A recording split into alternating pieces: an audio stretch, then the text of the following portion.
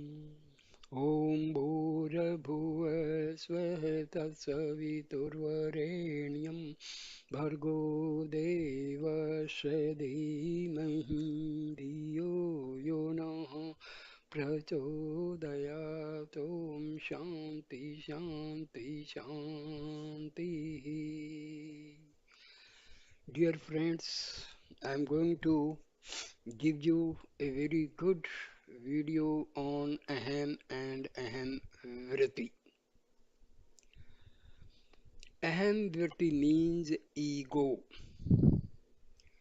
See, thoughts arise from the self, that is our Atma, that resides in the spiritual heart.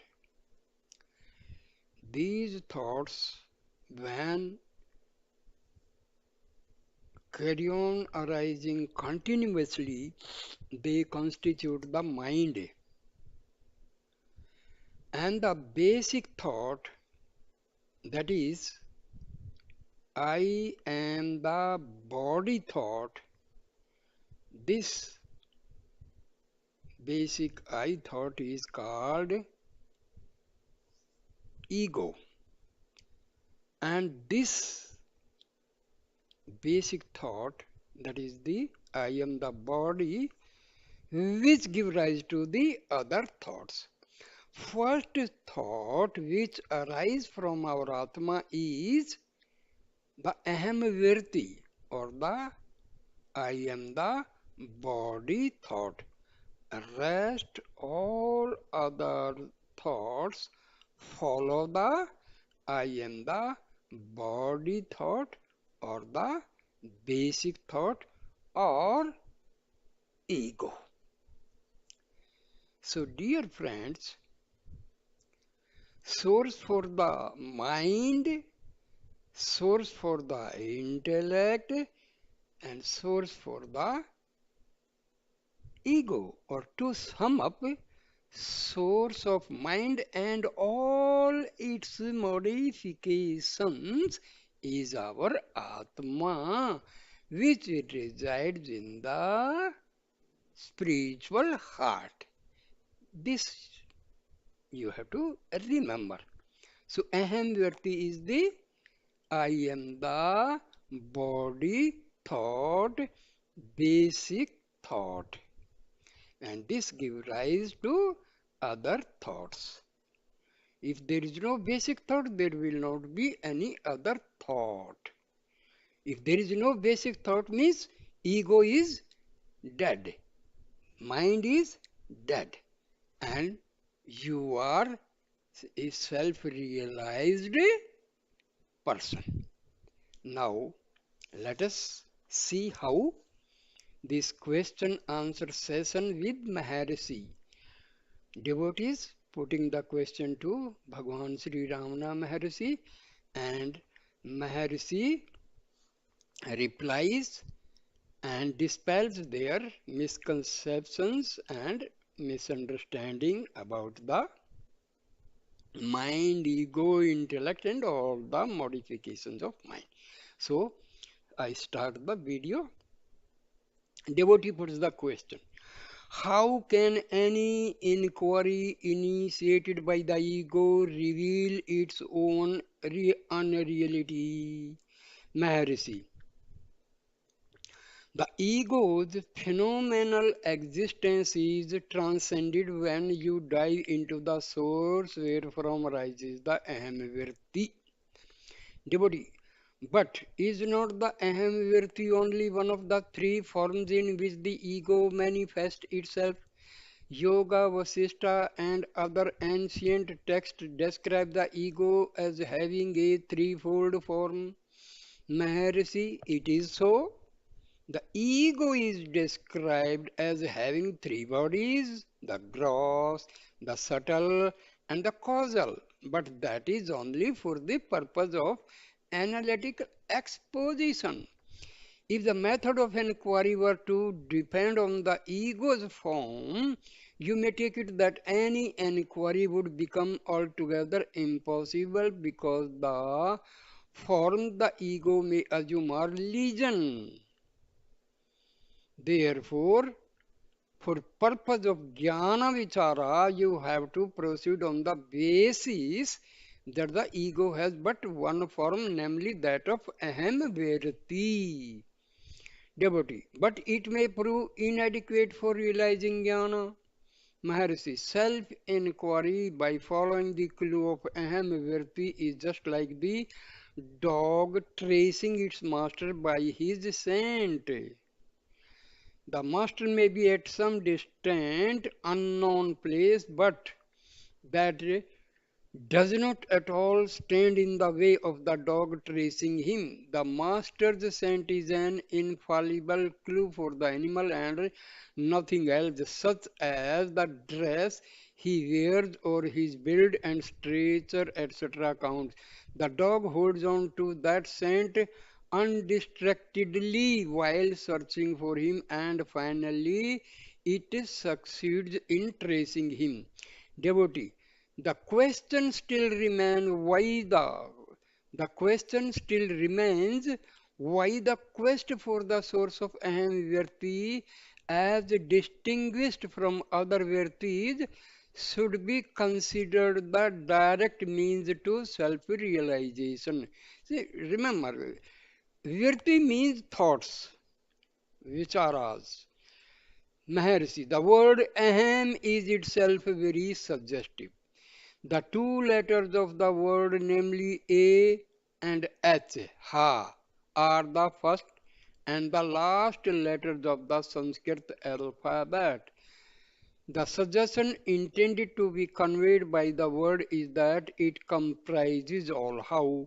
Because aham signifies existence itself. Although the concept of I-ness or I amness is by usage known as aham virti, it is not really virti like the other virtis of the mind, because unlike the other virtis which have no essential interrelation, the aham virti is equally and essentially related to each and every virti of the mind. I already told you all other thoughts, they follow the basic thought, that is I am the body. This I am the body is known as the aham virti. You have to remember. Without the aham virti, there can be no other virti. Means without the I am the body thought, there will not be any other thought. But the aham virti can subsist by itself without depending on any other virti of the mind. Aham virti is therefore fundamentally different from other virtis. Why? Because aham virti is independent, other virtis they depend upon this aham virti. So then the search for the so then the search for the source of the aham virti is not merely the search for the basis of one of the forms of the ego, but for the very source itself from which arises the I amness. In other words, the quest for and the realization of the source of the ego in the form of aham virti necessarily implies the transcendence of ego in every one of its possible forms. The devotee, considering that the aham virti essential comprises all the forms of the ego, why should that virti alone be chosen as the means for self-inquiry? Mm, Maharishi, because it is the one irreducible datum of your experience, because seeking its source is the only practicable course you can adopt to realize the self. The ego is said to have a causal body, but how can you make it the subject of your investigation? When the ego adopts that form, you are immersed in the darkness of sleep. See, who am I? Who, that is the query, am existence. And this I, in who am I is the ego. You have to remember, who am I?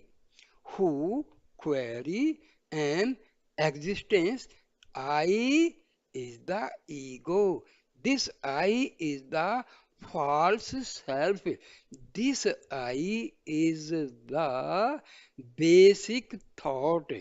This I is the basic thought, that is the thought which says, I am the body, I am the mind, I am so and so.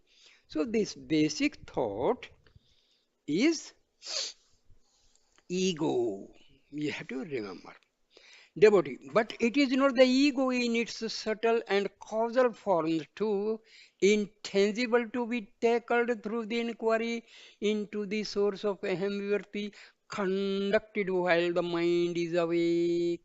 Mercy, no, the inquiry into the source of aham virti touches the very existence of the ego. Therefore, the subtlety of the ego's form is not a material consideration. Devotee, while the one aim is to realize the unconditioned pure being of the self, which is in no way dependent on the ego, how can inquiry pertaining to the ego in the form of Aham be of any use? Maharshi, from the functional point of view, the form, activity, or whatever else you may call it, it is immaterial since it is evanescent. The ego has one and only one characteristic. The ego functions as the node between the self, which is pure consciousness, and the physical body, which is inert and insentient. The ego, therefore, called the Chit Jada Granthi. Granthi means nerve. Chitta, subconscious mind. Jada means non-living. Granthi means nerve. In your investigation into the source of Aham Virti, you take the essential Chit aspect of the ego, and for this reason, the inquiry must lead to the realization of the pure consciousness of the self. Devotee. What is the relation between the pure consciousness realized by the jnani and the I amness which is accepted as the primary datum of experience, Maharshi? The undifferentiated consciousness of pure being is the heart or herdem, which you really are, as signified by the word itself, Harit plus Ayam, heart am I. From the heart arises the I amness as the primary datum of one's experience. By itself, it is Suddha Sattva in character. It is in this Suddha Sattva Savarupa, that is uncontaminated by Rajas and Tamas, that is the I, appears to subsist in the Jnani. Devotee, in the Jnani, the ego subsists in the sattvic form, and therefore it appears as something real. Am I right? See, when the ego is in the sattvic state, it is self, Atma itself, because the source for ego is Atma. And when this ego is pure, means it has emerged into Atma. Simple.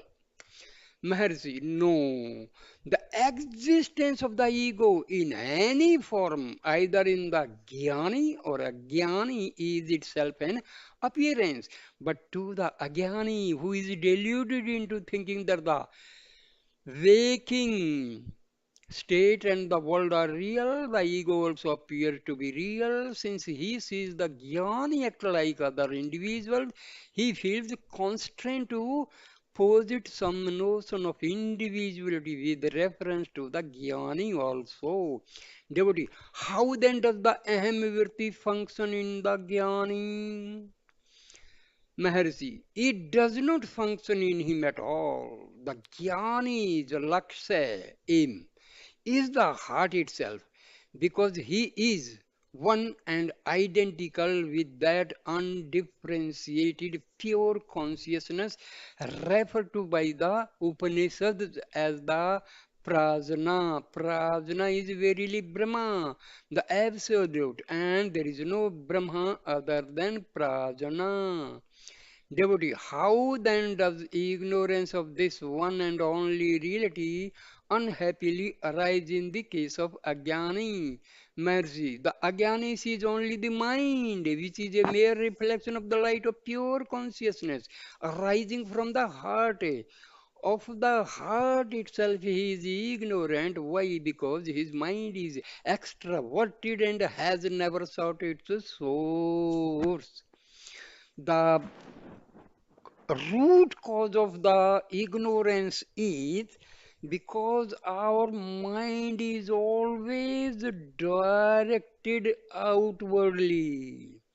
So it is always away from the Atma, it is away from divinity. So that is the problem. So ego causes the thoughts, and these thoughts, when they are having their outwardly direction, we call mind and modifications of mind like ego and all. When the same mind is directed inwardly, so it becomes pure, it becomes the part of Atma, it is Atma itself. So we have to remember these basic notions. Devotee, what prevents that infinite, undifferentiated light of consciousness arising from the heart from revealing itself to the Ajnani? Maharshi, just as water in the pot reflects the enormous sun within the narrow limits of the pot, even so the vasanas or latent tendencies of the mind of the individual acting as the reflecting medium cast the all-pervading infinite light of consciousness arising from the heart and present in the form of a reflection, the phenomenon called the mind. Seeing only this reflection, the Ajnani is deluded into the belief that he is a finite being, the Jiva. See, you have to remember, Jiva means when our Atma is existing in this body with the help of prana. So this Atma, with the help of prana, is embedded in this body, living in this body, is known as the Jiva. So, Jiva and Atma, same thing, only thing, when our Atma is confined in this body, we call it Jiva, otherwise it is Atma only. See, when Atma leaves this body, we say the human being has gone. His pranas are gone because Atma and pranas they leave the body simultaneously at the same time. So Atma and prana they coexist in the body. No prana means no Atma, no Atma means no prana. Prana and Atma together is known as Jiva. Simple. People are confused. What is Atma? What is this Jiva and all? So, when this Atma is residing in our heart and it is always coexisting with the prana, so this is known as Jiva. If the mind becomes introverted through inquiry into the source of aham virti, the vasanas become extinct, and in the absence of the reflecting medium, the phenomenon of reflection, namely the mind, also disappears, being absorbed into the light of the reality, that is the heart, that is the Atma. This is the sum and substance of all that an aspirant needs to know. What is imperatively required of him in an earnest and one-pointed inquiry into the source of Ahamvarti, devotee. But any endeavor he may make is limited to the mind in the waking state. How can such inquiry conducted in only one of the three states of the mind destroy the mind itself? Mercy inquiry into the source of Ahamvarti is no doubt initiated by the sadhaka in the waking state of the mind. It cannot be said that in him the mind has been destroyed, but the process of self-inquiry will itself reveal that the alternation or transmutation of the three states of the mind as well as the three states themselves belong to the world of phenomena which cannot affect his intense inward inquiry. Self-inquiry is really possible only through intense introversion of the mind. What is finally realized as a result of such inquiry into the source of aham virti is verily the heart as the undifferentiated light of pure consciousness into which the reflected light of the mind is completely absorbed. Devotee, for the jnani, then there is no distinction between the three states of mind. Maharshi, how can there be when the mind itself is dissolved and lost in the light of consciousness?